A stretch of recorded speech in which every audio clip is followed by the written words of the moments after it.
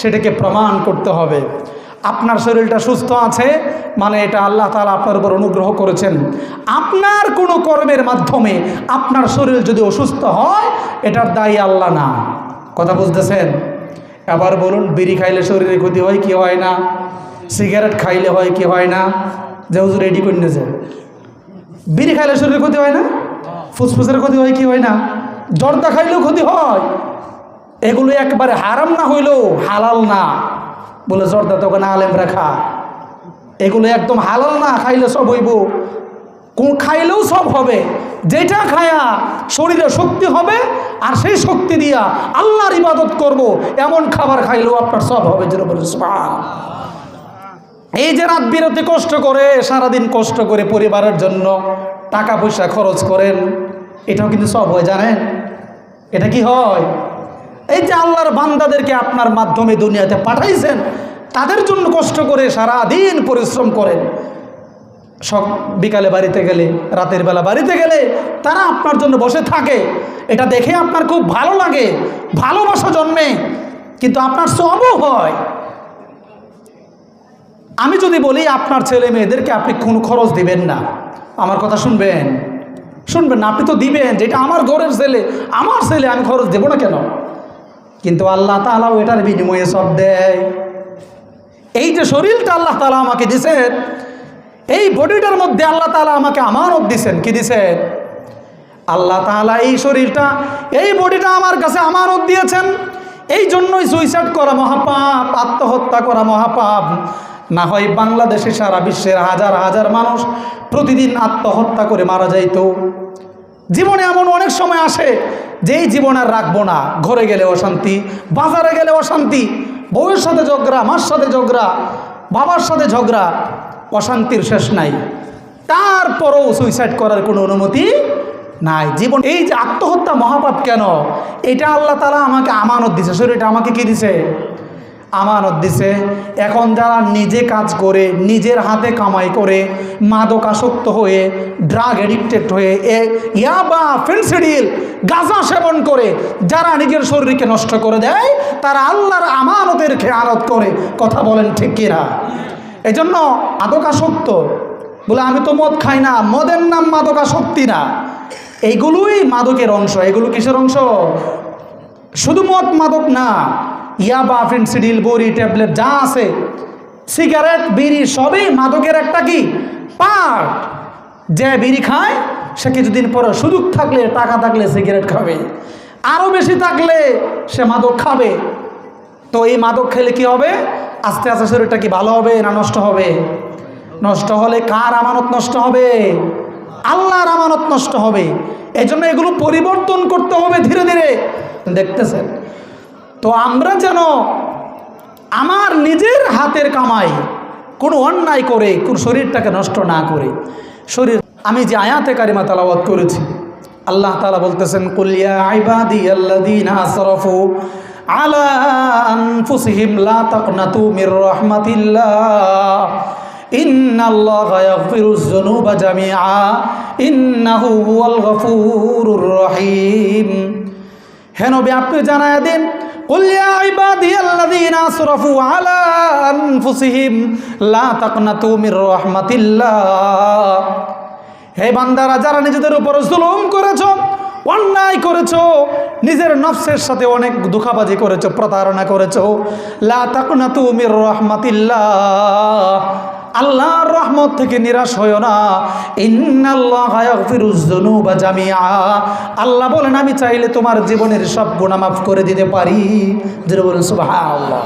এখানে আল্লাহ তাআলা জামিআ বলেছেন, এর ব্যাখ্যা হলো কবিরা সগীরা সব মাফ করে দিতে পারেন। যেটা বলেন সুবহানাল্লাহ। আল্লাহ যদি মাফ করে তাহলে আমাদের কোনো সমস্যা আছে? সমস্যা নাই। এই জন্য বছরে একবার মাহফিল হয়, এখানে তওবা হয়, তওবার কথা হয়। এই আল্লাহ বলতেছেন, ইন্নাল্লাহা ইয়াগফিরুয যুনুবা জামিআ, আমি আল্লাহ চাইলে তোমার জীবনের সব গুনাহ মাফ করে দিতে পারি। এই জন্য আল্লাহর কাছে চাইতে হবে, তওবা করতে হবে।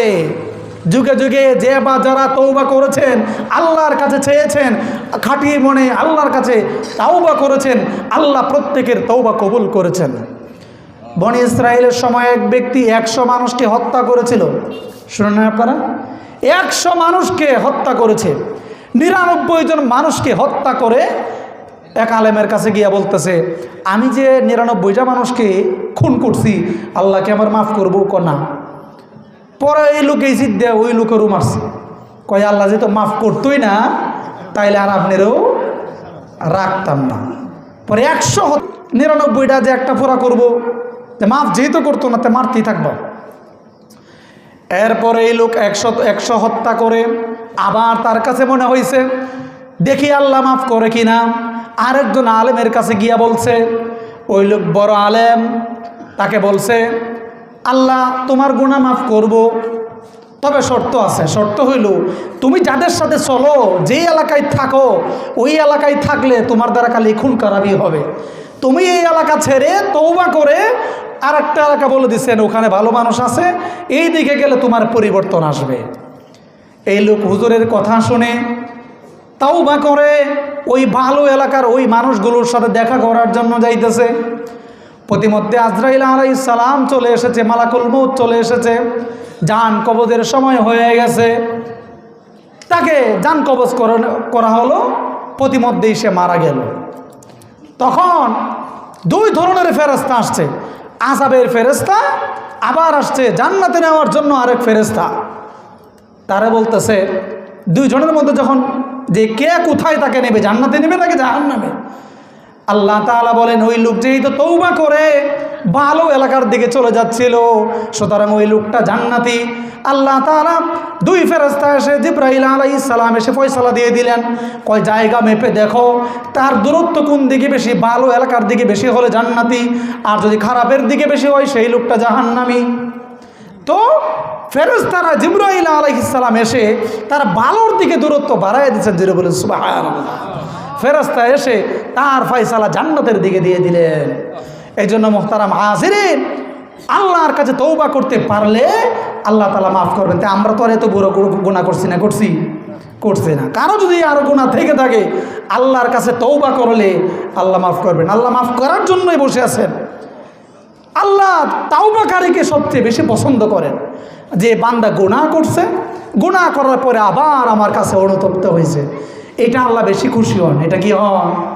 খুশি হন।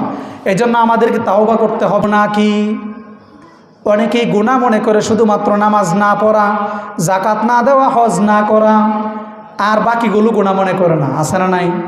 মিথ্যা কথা বলা এটা মনে হয় গুনাহ না। রাস্তাঘাটে কেউ জিগাইলে গালি ছাড়া ডাহে দেয় না, এটা কি গুনাহ না? আছে না নাই? হ্যাঁ, কথা কইলে একটা গালি দিব, এটু কি গুনাহ? এটু কি গুনাহ? কারো অযথায় কোনো কারণ নাই, কোনো দরকার ছাড়া গীবত করে, পরনিন্দা করে সব সময়। হ্যাঁ, এলাকার মহিলারা এগুলো করে না? বেড়ানো করে না? বেড়ানোও করে, কিন্তু দুষ্টা দেবে টেন্ডে। তারাও করে, কিন্তু পুরুষও করে। কয় 3 মহিলা এক জায়গায় হইলে সারা দেশের বাড়ির খবরাখবর কার বাড়িতে কি আছে। 3 পুরুষ একত্রিত হইলেও ক্ষেত্র বিশেষে আলোচনা করে কি করে না? আলোচনা করব। আমরা এক এলাকায় বসবাস করি, এই এলাকার উন্নতি নিয়ে আলোচনা করব, এই এলাকার ভালো নিয়ে কথা বলবো, এই এলাকা আর কীভাবে ভালো করা যায়, কোন কোন ত্রুটি আছে সেগুলো নিয়ে আমরা আলোচনা করব। একজনে বিপদে পড়ছে, খুশি হব না তার পাশে দাঁড়াবো? তার পাশে দাঁড়াবো। আমরা কি হই? সাধারণত খুশি হই। কারো বিয়া ভাঙে গেছে, আরে ঠিকই আছে, অথবা ভাঙার চেষ্টা করি। আছে না নাই? যার যেটা নাই সেটা আরও বানায় বলি। এই অভ্যাসগুলো আমাদের আছে। এটা আমার অভ্যাস না, এটা হচ্ছে নফসটা। এটা সবসময় খারাপের দিকে যায়। কোন দিকে যায়? তো এই সময় আমাকে জেদ করতে হবে, যে হুজুর যে বলছিল যে মানুষের বৈশিষ্ট্য হলো সবসময় খারাপের দিকে তার মনটা আগে যায়। তা আমি চেষ্টা করে জিহ্বায় কামড় দিয়ে আমি এই বিয়া না ভেঙে চেষ্টা করব বিয়েটা দেওয়ার জন্য। একজনের ঋণ দরকার, 10,000 টাকা চাইছে, না পারলে 5,000 দিব, কিন্তু না 500 টাকাও সুদে দিব, যে 1 মাস পরে 1,000 টাকা লই আইব। আছে না নাই? তো এই যে সাধারণ কর্জে হাসানা, টুকটাক ঋণ, এগুলো এলাকা থেকে চলে গেছে। আছে এগুলো? আমি এখানে বয়ান করে রেখে 20,000 টাকা চাই, কেউ দিত না। দিতেও পারে, কিন্তু এটা খুব সম্ভাবনা কম। সম্ভাবনা কি? 20,000 দিত না, আরও কম দিব। কিন্তু একটা সময় কিন্তু বিদেশে যাওয়ার জন্য মানুষ ঋণ দিত না? ছেলে বিদেশ যাইব, 5 লাখ টাকা দরকার, 3 লাখ টাকা নেয়, পরে 3 মাস পরে দিয়ে দিস। আমি এমন অনেক দেখছি। আপনি এখন একটা ছেলে বিদেশ পাঠাবেন, আপনি 5 লাখ টাকা ঋণ নেন তো, আমার মনে হয় একটা পাবেন না, কোথাও না, আমি এলাকার কথা বলতেছি না। কিন্তু 5 লাখ টাকা আপনি পাবেন কোনো ধরনের ইন্টারেস্ট ছাড়া, মানে কোনো কারণ ছাড়াই 1 মাসের জন্য হলো আপনাকে সুদের মাধ্যমে দিবে। হ্যাঁ, না দিতে পারলে সাময়িক দেন, 5 লাখ না দিতে পারলে 1 লাখ টাকা 1 মাসের জন্য দেন। এই কর্জে হাসানা জারি রাখুন। জারি রাখলে কি হবে, আজকে আপনি আমারও দিলে আমিও আপনাকে এক সময় দিব না? কিন্তু আমি কোথাও পাই না, এজন্য আমিও আর আপনাকে দেই না। অবস্থাটা কিন্তু এরপর ভাইকে দেয় না, আছে না নাই? তো এইগুলো যদি পরিবর্তন না হয় তাইলে ওয়াজ মাহফিল করে কোনো লাভ নাই। এখানে সব আলো কর্জে হাসানা দিতে হবে। এক ভাই বিপদে পড়লে আরেক ভাই আগায় আসতে হবে। কেউ হসপিটালে অসুস্থ হয়েছে, খুব কমই পাওয়া যায় এই মুহূর্তে তার একটু ঋণ কর্জা নাই, পরে আবার সুদ করে তার হসপিটালের চিকিৎসা করা। এমন যদি সমাজ চলতে থাকে তাহলে বোঝা যাবে সমাজের মধ্যে পারস্পরিক সম্পর্ক কিনা ভালো না। আমাদের এগুলো পরিবর্তন আনতে হবে। গুনাহ শুধুমাত্র নামাজ না পড়া গুনাহ না, যাকাত না দেওয়া গুনাহ না, হজ না করা এটা গুনাহ না, মিথ্যা কথা বলা গুনাহ, হারাম উপার্জন করা গুনাহ, ঘরে গিয়া অযথায় বউয়ের সাথে ঝগড়া করাও গুনাহ, বাবা মার সাথে ঝগড়া করা গুনাহ, বাবা মা ছেলের সাথে খারাপ ব্যবহার করা এটাও গুনাহ। জন্ম দিছেন বলেই ছেলেরা যেটা মন সেটা করবেন, এটাও কিন্তু ইসলাম সমর্থন করে না। তার একটা পাওনা আছে, আবার ছেলের কাছে বাবার একটা কি আছে, পাওনা আছে। তো ছেলের পাওনা কি, বাবার পাওনা কি? ওয়াকাদা রাব্বুকা আল্লা তা'বুদু ইল্লা ইয়্যা ওয়া বিল ওয়ালিদাইনি ইহসানা। কয় বাবা মা যখন বৃদ্ধ হয়ে যায়, ইম্মা ইয়াবলুগান্না ইনদাকাল কিবারি আহাদুহুমা আও কিলাহুমা ফালা তাকুল লাহুমা উফফিন ওয়ালা তানহারহুমা ওয়া কুল লাহুমা কাওলান কারীমা। সংক্ষেপে বলতেছি, বাবা মা বুড়া হয়ে গেলে তার সাথে খারাপ ব্যবহার করা যাবে না, ভালো আচরণ করতে হবে, ধমক দেওয়া যাবে না। আবার সন্তান বড় হলে, শিক্ষিত হলে তার পরামর্শ মেনে নেওয়া, তার সাথে আলোচনা করে পরামর্শ করে চলা। তার পাওনা যেটা ওয়ারিসান সেটা মারা গেলে পাবে, কিন্তু নর্মালি ছোটোখাটো বিষয় নিয়ে ঝগড়া ফাসাদ করা এগুলো ইসলাম সমর্থন করে না। সেই সাথে আমাদের সমাজে বউ শাশুড়ির ঝগড়া আছে না নাই? এমন একটা পরিবার আছে যেখানে এটা নাই? সব পরিবারই আছে। আমি দোষ দিচ্ছি না, এই ক্ষেত্রে অধিকাংশ ক্ষেত্রে শাশুড়িরা বেশি দায়ী। শাশুড়িরা কি বেশি দায়ী? তাদেরকেও দোষ দিচ্ছি না। কেন দায়ী? কারণ তারাও তাদের শাশুড়ি দ্বারা নির্যাতিত হয়েছে, তারাও কি হয়েছেন। এখন যুগ পাল্টে গেছে, সময় পাল্টে গেছে, প্রত্যেকটা ঘরেই বউ থাকে শিক্ষিত, কিন্তু অধিকাংশ শাশুড়িরা কি অশিক্ষিত। এটা দোষের কিছু না, কারণ 20-50 বছর আগে শিক্ষা এত অ্যাভেলেবেল ছিল না। এখন বাবা গৃহস্থী করে, শ্রমের কাজ করে, কিন্তু তার মেয়েটাকে লেখাপড়া করে না। কিন্তু 20 বছর আগে এটা ছিল, একটু বড় হইতে বিয়া দিয়ে দিচ্ছে। এখন হয় দাওরা পাস করাবো, এসএসসি পাস করাবো, এইচএসসি পড়াইয়া তারপরে আমার মেয়ে রেখে দিব, বিয়া দিব। এখন ছেলেও থাকে বাইরে, শ্বশুরও থাকে বাইরে, এই ঘরের মধ্যে থাকে কাটা বউ আর শাশুড়ি। বউ চলে এক ভাই আর শাশুড়ি কয় আর এক ভাই।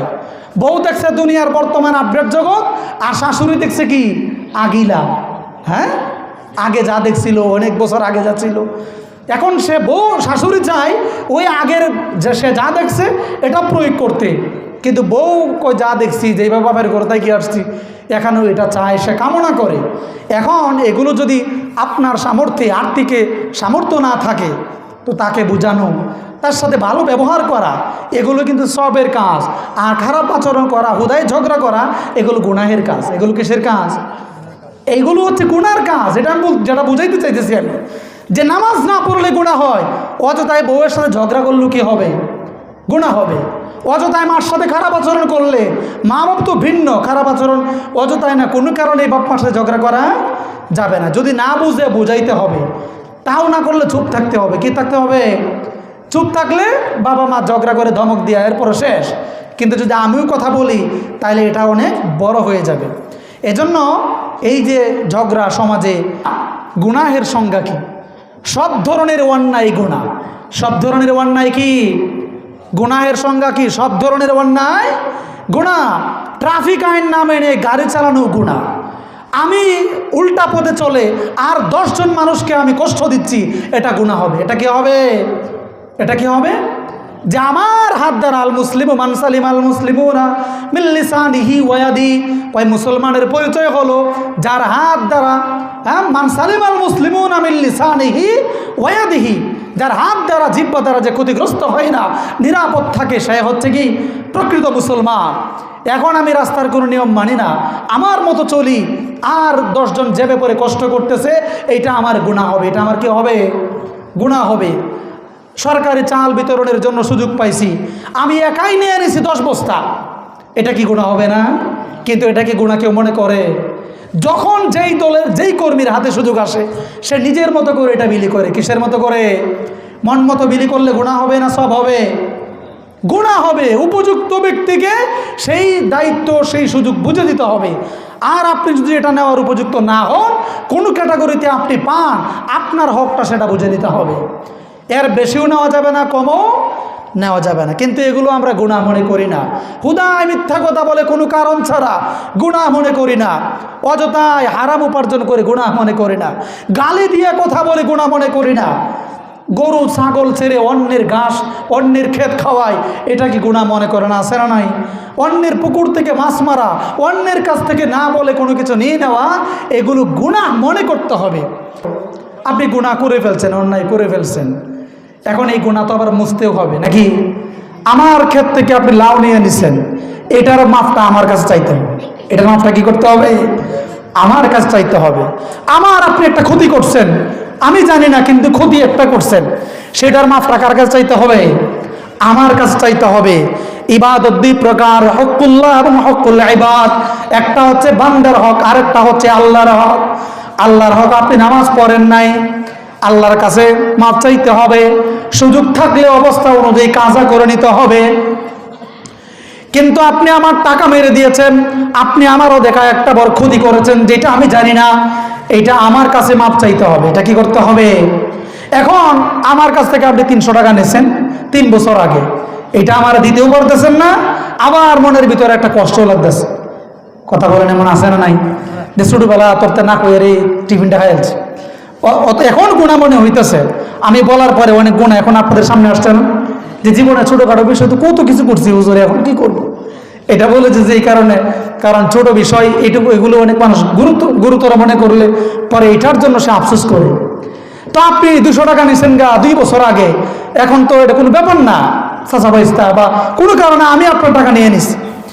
যদি কেউ ইচ্ছা করেই বা অনিচ্ছাকৃত যদি কোনো টাকা পয়সা কারো কাছ থেকে নিয়ে থাকেন, কারো সম্পদ ভোগ করে থাকেন, এই টাকা, এই পরিমাণ টাকা, এই পরিমাণ জিনিস যদি আপনি তাকে যে কোনোভাবে পৌঁছায় দিতে পারেন, সেটা আপনার আদায় হয়ে যাবে যে কোনোভাবে। কিভাবে? আপনার ছেলের বিয়াতে ওই লোকটা আনছেন, আইনা তারা ইচ্ছা মতো খাওয়াই দিচ্ছেন, আর মনে মনে নিয়ত করছেন এই যে 300 টাকা নিয়েছিলাম এটার বিনিময়।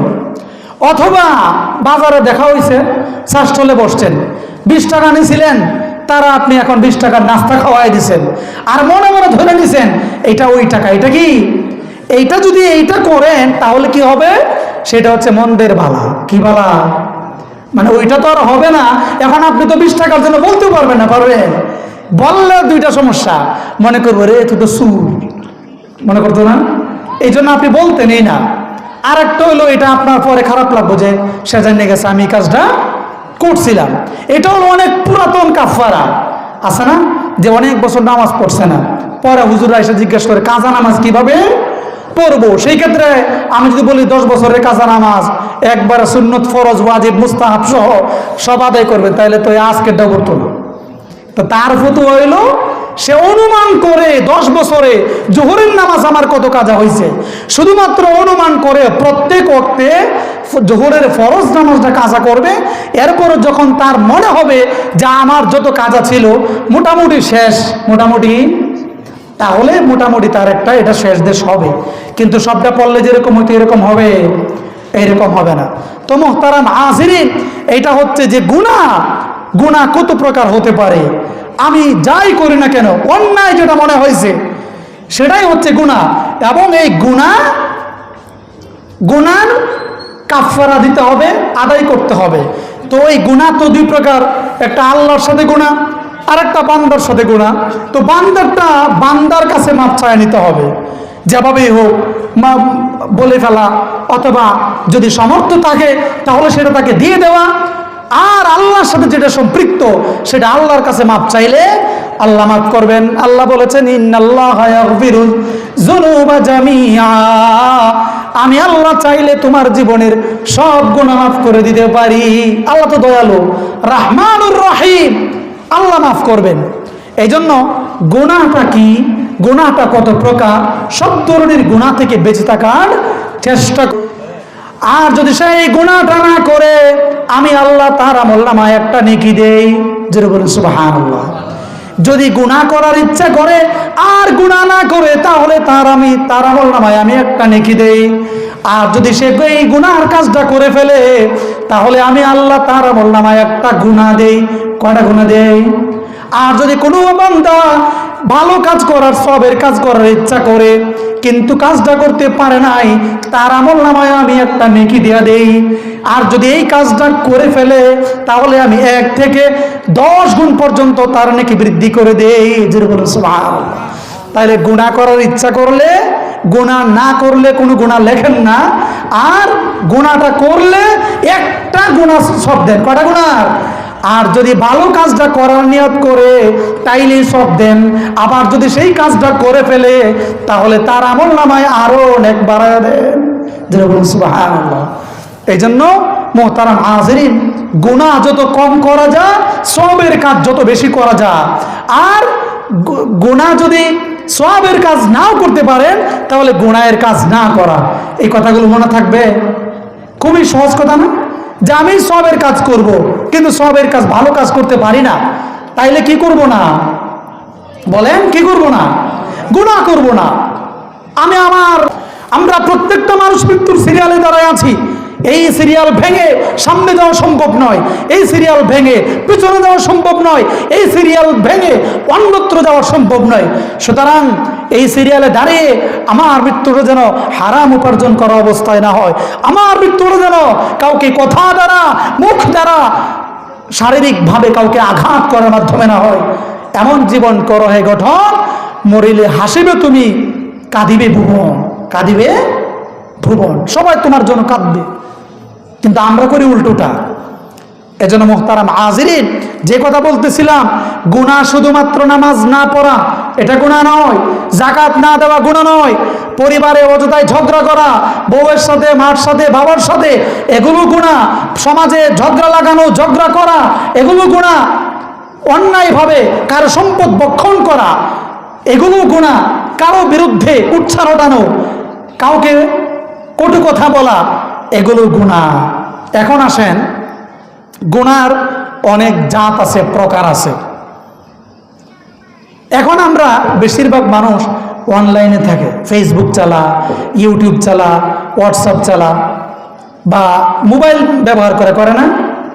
তো ফেসবুক চালাইলে, মোবাইল চালাইলে, সব কিছু করলে কি খালি সব হয় না, গুনাহ হয়? কিছু গুনাহ হয়, এটাও গুনাহ মনে করতে হবে। আমি কিন্তু একটা গুনাহর সংজ্ঞা বলতেছি। গুনাহর কি বলতেছি?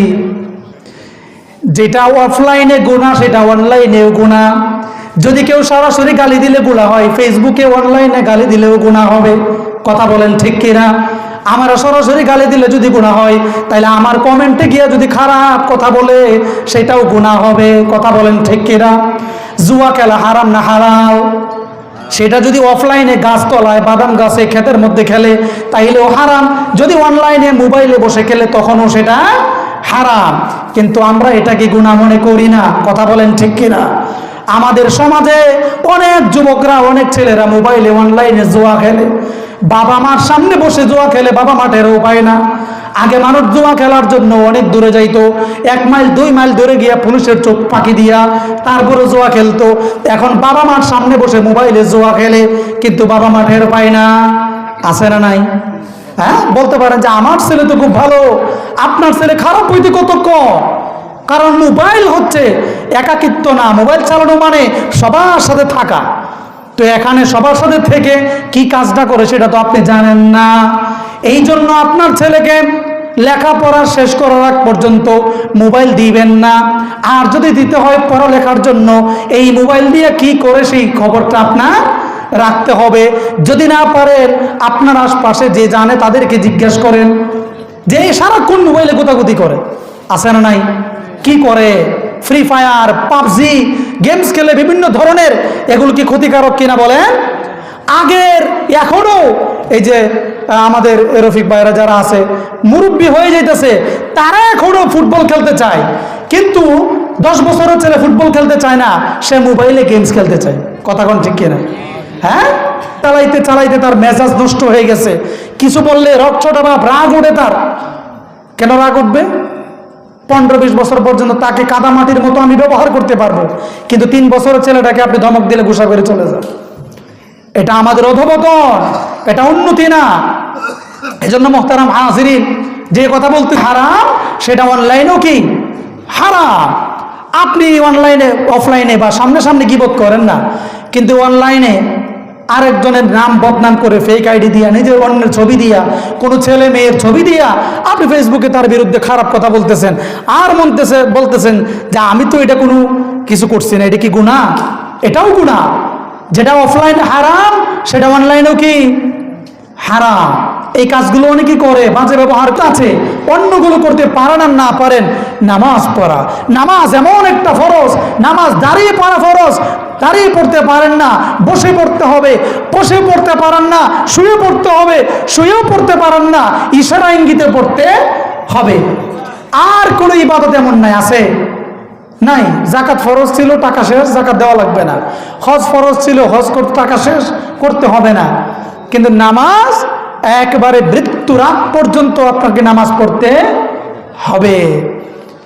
আল্লাহ তাআলা বলেন, উতলু মা ওয়াহিয়া ইলাইকা মিনাল কিতাব ওয়া আকিমিস সালাহ ইন্নাস সালাতা তানহা আনিল ফাহশাই ওয়াল মুনকার ওয়া লাযিকরুল্লাহি আকবার। নামাজ মানুষকে অশ্লীল অন্যায় কাজ থেকে বিরত রাখে। যে এখন তো হুজুর নামাজও পড়ে দেখছি, আবার খারাপ কাজও করে না। যারা শুক্রবারের মুসল্লি, তাদের হিসাব ভিন্ন। 5 ওয়াক্ত নামাজ পড়ে, আপনি দেখবেন তার ভিতরে অপরাধ প্রবণতা অনেক কম। একদম যদি অপরাধ বন্ধ না হয়, তাহলে অপরাধ প্রবণতা, গুনার প্রবণতা অনেক কি কম। কারণ আপনি 5 ওয়াক্ত নামাজও পড়বেন, আবার সিগারেট খাবেন, আবার আপনি টুপি মাথায় দিয়ে মানুষকে গালিগালাজ করবেন, দুটো একসাথে হবে না। এটা কোরআনের কথা। তারপরে আমি বলতেছি, আপনি বাহ্যিকভাবে একটু চেক করে দেখেন। যারা আগে নামাজ পড়তো না, এখন নিয়মিত নামাজ পড়ে, খোঁজ নিয়ে দেখেন এই লোকটা গুনাহ অনেক কমে গেছে। আপনার এলাকায় খোঁজ নিয়ে দেখেন। তাইলে শর্ত হলো কি, 5 ওয়াক্ত নামাজ পড়তে হবে। এখন নামাজ কোথায় পড়বো? কয় মসজিদে আইসা জামাতে নামাজ পড়া ফরজ। মসজিদে পড়তে পারলেন না, ঘরে আদায় করে নেন, হয়ে যাবে। ঘরে আদায় করলে কি হবে? কিন্তু মসজিদে এসে জামাতে পড়লে 27 গুণ সওয়াব বেশি পাইতেন। কিন্তু আপনি আসলেন না, ঘরে পড়লে আপনার নামাজটা কি হবে? আদায় হয়ে যাবে। অর্থাৎ নামাজ ছাড়া যাবে না। আপনি নামাজটা পড়ে দেখেন, আপনার মুখ থেকে অটোমেটিকলি গালিগালাজ চলে যাবে। কিন্তু যদি শুধুমাত্র সপ্তাহে একদিন, অথবা জানাজা, অথবা ঈদের দিন, তাইলে গুনাহ চলবো আর নামাজও একসাথে চলবে। তাইলে এই আমলটা সবে করবো তো ইনশাআল্লাহ। এটা আল্লাহর ওয়াদা, আল্লাহর কথা, যে নামাজ মানুষকে অন্যায় অশ্লীল কাজ থেকে বিরত রাখে। তবে শর্ত হলো 5 ওয়াক্ত নামাজ পড়তে হবে, এবং নামাজটা পড়ার মতো করে পড়তে হবে। এবং নামাজের অনেকগুলো উপকার আছে। নামাজ হুজুর, নামাজ কথা বলে তো বিপদে পালায় দিচ্ছেন না। নামাজের অনেক শারীরিক উপকার আছে, নামাজের কিছু মৌলিক উপকার আছে। নামাজের মাধ্যমে অনেক শারীরিক ব্যায়াম হয়। শারীরিক কি হয়? এক তো হইলো সওয়াব হয়, আরেক দিকটা হইলো শারীরিক ব্যায়াম হয়। অনেকের সাথে নামাজে দাঁড়ালে শরীরের মধ্যে খালি ফরাস পড়ে, মানে এই যে জয়েন্টগুলো আছে, এগুলোর মধ্যে নাড়াচাড়া হয়, মুভমেন্ট হয়। এই যে শীতকাল আসতেছে, ঢাকা শহরের বড় লোকেরা সকালে 8টা পর্যন্ত তারা ব্যায়াম করে। এই শরীর কি করে? নাড়াচাড়া করে। কি করে? আপনি যত নাড়াচড়াই করুক না কেন, নামাজের মাধ্যমে যে পরিমাণ নাড়াচড়া মুভমেন্ট হয়, সেগুলো ব্যায়ামের মাধ্যমে কখনোই হবে না। হবে নামাজের মাধ্যমে। সাজদায় গেলে হাতের ব্যায়াম হয়, রুকুতে গেলে হাঁটুর ব্যায়াম হয়, সব জায়গার একটা ব্যায়াম হয়। এটা হচ্ছে একটা বাহ্যিক উপকারের কথা বললাম। কোনো উপকার না হইলেও নামাজটা কি ফরজ? নামাজটা কি? এটা আল্লাহর বিধান, আমাকে পড়তেই হবে, উপকার হোক বা না হোক। 5 ওয়াক্ত নামাজ পড়ার কারণে 5 বার আমার গুরুত্বপূর্ণ অঙ্গগুলো ধৌত করা হয়। গুরুত্বপূর্ণ অঙ্গ কি? হাত, মুখ, নাক, পা, ঘাড়। এই যে ঘাড়ের মধ্যে সব রগ কোন জায়গায়? এই ঘাড়ের মধ্যে সমস্ত রগ কোথায়? এই যে আপনি দিনে 5 বার এখানে পানি লাগান, এটা ঠান্ডা হওয়ার কারণে এটা শারীরিক উপকার। টাকনুর মধ্যে আমাদের অনেকগুলো গোসা, এখানে যদি পানি দেন তাহলে এটা আপনার পায়ের জন্য একটা ঠান্ডা, পায়ের জন্য আরাম। আপনি মুখটা ধুইলে মুখের মধ্যে কোনো ময়লা থাকে না, মুখে কোনো জীবাণু থাকে না, এটা শারীরিক ব্যায়াম, শারীরিক উপকার। তাইলে পড়লে আপনি এই সবগুলো, এই ব্যায়ামগুলো পাবেন। একদিকে সব, আরেকদিকে শারীরিক উপকার, আরেকদিকে আপনার গুনাহ অন্যায় কাছ থেকে আপনি বিরত থাকবেন। শারীরিক উপকার তো হচ্ছে। এখন নামাজ মসজিদে এসে জামাতে পড়া ফরজ, মসজিদে আসতে পারলেন না বাড়িতে পড়বেন, জামাতে পড়তে পারলেন না একাকি পড়ে নেবেন। পাঞ্জাবি টুপি পরে নামাজ পড়া সুন্নত, সুন্দর দেখায় সুন্নত। আপনার যদি এটা না থাকে তাহলে ক্ষেতের মধ্যে কাজের মধ্যে আসেন, সতর ঢাকা পরিমাণ কাপড় থাকলে নামাজ আপনার হয়ে যাবে। তাহলে দরকার হলো কি? ইচ্ছা। ইচ্ছা থাকলেই উপায় হয়। তাহলে এই মাহফিলের পরে একটা কাজ, নামাজ ছাড়া যাবে না। আজকের পর আর কি ছাড়া যাবে না? এই আজকের পর আর কোনো নামাজ ছাড়া। 2 নাম্বার কাজ হলো কোনো গুনাহ কাজ করা যাবে না। এখন আবার বলি, রিহার্সাল করি, গুনাহ কি শুধু নামাজ না পড়া? গুনাহ কি শুধু যাকাত না দেওয়া? সব ধরনের অন্যায় কি গুনাহ? সব ধরনের অন্যায়। আগে বলছে ট্রাফিক আইন না মেনে গাড়ি চালালেও গুনাহ, রেশনের চাল মেরে দিলে সেটাও কি গুনাহ, অযথাই বউরে গালিগালাজ করা এটাও কি গুনাহ, মা বাবার সাথে ঝগড়া করা এটাও কি গুনাহ, দোকানের অধীনস্থ কর্মচারীর সাথে খারাপ ব্যবহার করা এটাও কি গুনাহ। কিন্তু এগুলো আমরা গুনাহ মনে করি? এগুলো গুনাহ মনে করি না, এটা মনে করি এটা আমার রাইটস, এটা আমার অধিকার, যে আমার বউ ঘরে আছে, যেটা মন সেটা করব। জুলুম করলে এটা আপনার গুনাহ হবে। আর একটা হাদিস আছে, মনে হয়ে গেছে, হাসরের ময়দানে বউরা কিন্তু জামাইদের ব্যাপারে সাক্ষী দিবে, এবং যার ব্যাপারে বউ ভালো সাক্ষী দিবে সে জান্নাতে যাবে। এটা কিন্তু একটা গুরুত্বপূর্ণ আমল। এখানে যারা আছেন, যদি সুযোগ দেওয়া হয় আলাদা দেখে যে তুমি তোমার জামাই সম্পর্কে কিছু বলো, তোমার এটা কোনো বিচার আচার হবে না, কোনো সমস্যা হবে না। একটা জরিপের জন্য কয়জনের ভালো সাক্ষী দিবে? খুব কম পাওয়া যাবে, নাও যাইতে পারে। কারণ আমরা মনে করি কি যে আমার বউ আমার অধিকার, আমি যেটা মন চাই এটা করবো। আবার আমার মেয়ে যেন একবারে দুধে ভাতে থাকে সেটাও মনে করি সেটা আমার অধিকার। কিন্তু আমার বউ যে আরেকজনের মেয়ে, এইটা আমরা মনে করি না, এবং এটা গুনাহ। যেটা বলতেছিলাম, কথায় কথা পারে। তো এই যে গুনার কাজ, এই যে যত গুনাহ আছে, যত প্রকারের গুনাহ, এগুলো ছেড়ে দিব। যে গুনাহ করলে আপনার কি সম্পদ বাড়ে না, সম্পদ আরো কমে। আপনি অন্যায় করে যেটা উপার্জন করবেন অথবা গুনাহ করে যেটা উপার্জন করবেন, আল্লাহ চাইলে 1 মিনিটে এগুলো নিয়ে নেবে। হতে পারে কি পারে না? অসুস্থতা, সমস্যা, যে কোনো সমস্যা, এইগুলো যদি আমাদের দেশে হইতে কতক্ষণ লাগে? বেশিক্ষণ লাগে না। যাই হোক, যেটা বলতেছিলাম, অনলাইনে যেটা অফলাইনে যেটা গুনাহ, অনলাইনেও সেটা কি গুনাহ, এটাও মনে রাখতে হবে। আর একটা কথা